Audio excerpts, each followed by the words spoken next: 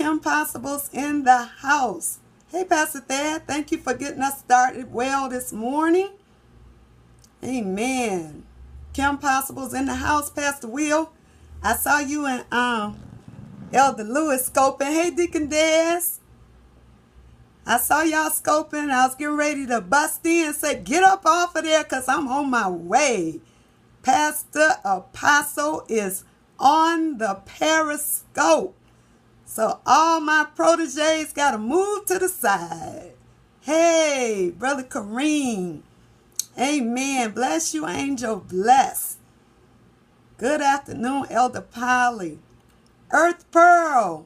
God bless you. Elder Monica. Sister D. We love you.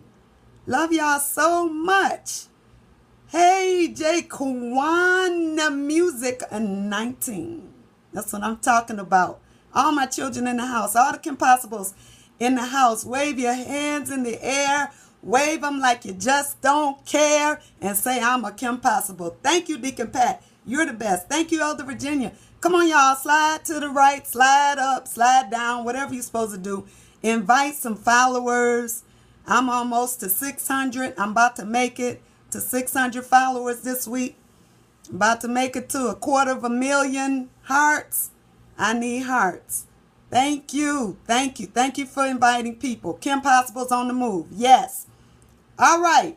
If I keep these scopes to a certain amount of time, I can share them easily on other sites. So thank y'all for inviting your followers. Thank you for hearts, helping us, because without you, we wouldn't be here. And I just believe that you're not just doing it, inviting your followers. You're not just giving me hearts just because, but because there's some content on here that you think can help those that are out there in Periscope land.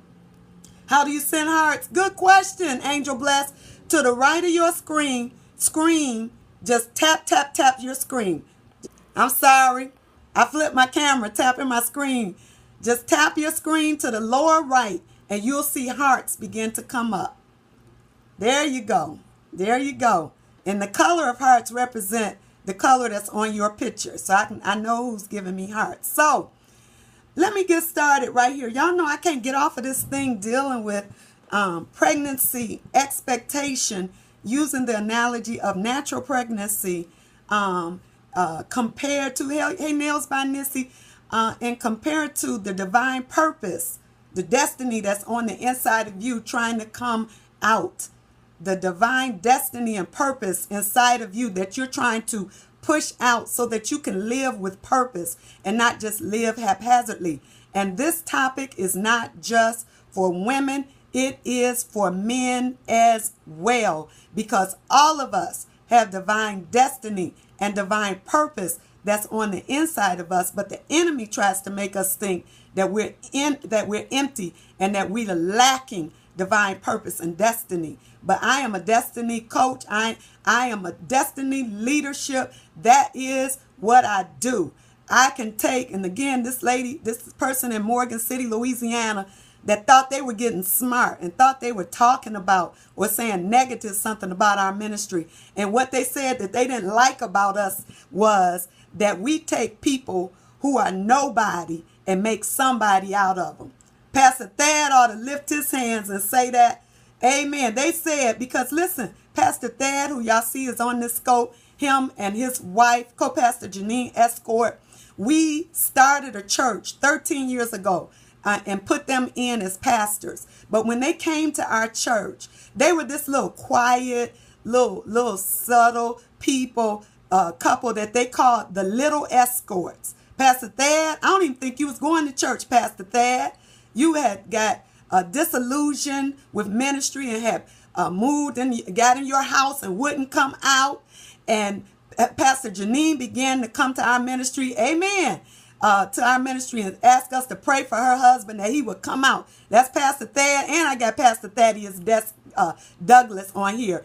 And so Pastor Thad began to come, And we began to see the potential in the two of them. They started out, Pastor Thad started out as a deacon. We trained him as a deacon. He went into ministers training. He went into elders training. His wife was right there with him. I think she started in ministry training first, then elders. Then they served us as armor bearers throughout the whole process. And one day Bishop Davis woke up and said, I'm getting ready to plant the escorts in a church. Well, I saw the divine destiny, but when you got people around you that see it, we need some faith walkers. You know what, Deacon Pat? You've been very prophetic. You've been very prophetic. That strategy in seeing the purpose, you need people who can see it and have the faith to say, let's walk it out. That man got up and said, we get ready to plant the escorts in a church. And yes, they had grown, but there was so much more that was coming out of them that I didn't even see yet. And we put them in that church. And now they are 13 years in Joy Fellowship, pastoring, leading other people into their divine destiny. But guess what? They had to have some divine coaches, counselors. They had to have some people in their lives that would help them not to push the thing out when it was not properly positioned. I talked to you about a breech birth, the dangers of a breech delivery. What is a breech delivery in the natural? When that thing that is on the inside of you is in a breech position, it is not positioned properly to be delivered, to pass through the birth canal safely. And it runs the risk of messing up the thing that's on the inside of you. So with a baby, the head comes first. But in a breech birth, the feet or the buttocks is positioned to come out first, which could mess up the whole delivery. And so you need a doctor, you need a counselor, you need a healthcare professional to help you to reposition that thing that's in you so that it does not come out wrong. Y'all hear me? Are y'all hearing me? Give me some hearts or say something if you're hearing me. So in Proverbs 11 and 14, it says this. It says, in the multitude of first it says, where no counsel is, the people fall. But in the multitude of counselors, there is safety. And so what that means is that you need wise, intelligent people overseeing your delivery. Because in the multitude of wise, intelligent counselors, you can have, it says safety. That word safety translates as victory. You need wise counselors to help you to proper deliver, especially when what's in you is not positioned right to come out. And so the challenge becomes, though, is we don't want to sit long enough. Okay, tell Ab, Kim Davis Ministries at yahoo.com. Email me on that. I'll talk to you some more about the ministry. But the problem is we want to do our own thing. We don't want counselors. We believe that we're hearing from God ourselves, and we are. But when there are wise counselors guiding you through the delivery process, they can help you when you get in a breech position.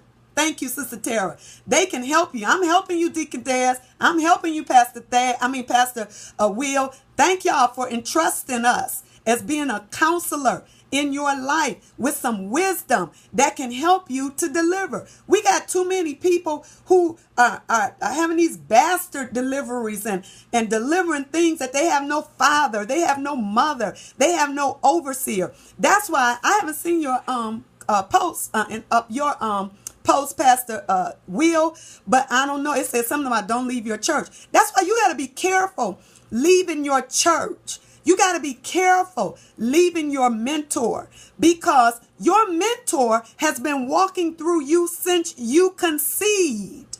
And they know about your situation. They know about your pitfalls. They know about the things that are threatening your ministry, that are threatening the thing that's on the inside of you. And so you leave where you are with the one who had monitored you through the process and you getting ready to deliver. Now you don't like what the overseer is saying, so you're going to leave and go to somebody that don't even know about the process that you have been going through. That's why even in the natural, you can't just leave your doctor who has walked through you with the pregnancy and then go to another doctor, because they don't know your history. They don't know that you're positioned in a breech position. So I ask you the question, who's the doctor on your case? You can't have too many doctors on your case. Who's overseeing your delivery? Yes, Rhonda, people don't like to submit. People don't like to submit. They want to do what they want to do, and they do not want wise counsel. So here is what I'm saying to you. I want you to understand that, number one, you need to stick with your doctor. You need to stick with your healthcare professional. You need to stick with your counselor, your pastor, your mentor, the one who has been with you. And let me tell you something else about Pastor Thad and Pastor Janine. They still submit. If they come in here right now today, they'll serve as my armor bearer. Even though they're big time pastors of 13 years, you got to stick with your doctor. Here is what the doctor does in the case of a breech. And I'm probably going to go over it. Oh my God. In the case of a breech position, when what's coming out of you is not positioned right to come out, that doctor will put his or her hand up into the womb and check out the position of that thing that's getting ready to come out of you to make sure it's properly positioned to come out of you right. And if it is not positioned to come out of you right, then he or she has the wisdom to know what needs to be done to get that thing to reposition itself so that it can come out properly. And because the situation is breech, it does not mean that something is wrong with it. It doesn't mean that something is wrong with you.